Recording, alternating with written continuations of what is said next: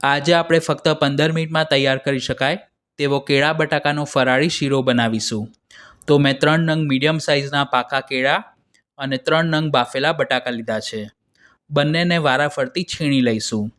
બટાકાને pressure કુકરમાં જરૂર મુજબ પાણી લઈ 3 વિસલ થાય ત્યાં સુધી બાફી લેવા.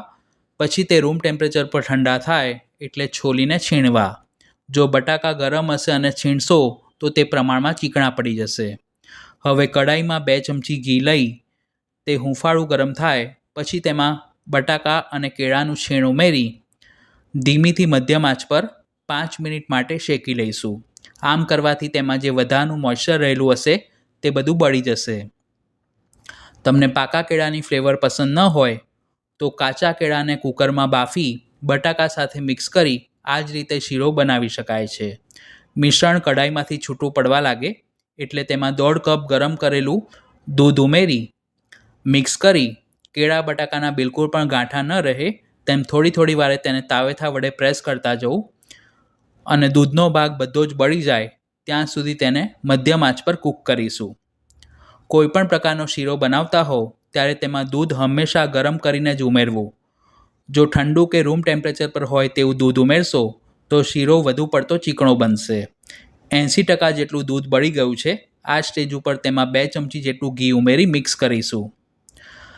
આ ફરાળી શીરામાં આપણે કોઈપણ પ્રકારના લોટનો ઉપયોગ નહીં કરીએ એટલે પહેલેથી તમારે શેકવામાં વધારે ઘી નથી લેવાનું. વચ્ચે થોડું ઘી ઉમેરતા જવું જેથી શીરો બહુ ચીકણો ન બને. દૂધનો બધો જ ભાગ બળી જાય અને આ રીતનું ઘટ મિશ્રણ થાય પછી તેમાં ગળપણ માટે 1/2 કપ ખાંડ ઉમેરી મિક્સ કરીશું. કેળા અને બટાકામાં પોતાની નેચરલ મીઠાશ રહેલી હોવાથી ખાંડ વધુ પ્રમાણમાં ઉપયોગમાં ન લેવી. જેમ ખાંડ ઓગળશે તેમ શીરો પહેલાં કરતાં થોડો ઢીલો દેખાશે પણ જેમ તેને કૂક કરીશું તેમ ધીમે તે ઘટ થવા લાગશે. તમે બટાકા પહેલેથી બાફીને રાખ્યા હોય તો આ શીરો ફક્ત 15 મિનિટમાં તૈયાર કરી શકાય છે. છેલ્લે તેમાં ફ્લેવર માટે અડધી ચમચી ઇલાયચી પાવડર અને 2 ચમચી ઘી ઉમેરી તેને થોડીવાર માટે કૂક કરીશું. આટલો શીરો બનાવવામાં આપણે ટોટલ 6 ચમચી ઘીની જરૂર પડી છે. શીરો જેમ રૂમ ટેમ્પરેચર પર ઠંડો થશે તેમ તેની કન્સિસ્ટન્સી પહેલાં કરતાં વધુ ઘટ થશે.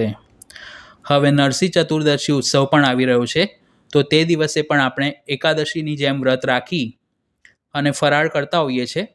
તો શ્રી પ્રભુને આ રીતે દૂધગરમાં સામગ્રી ધરીને આપણે ફરાળમાં લઈ શકીએ છીએ.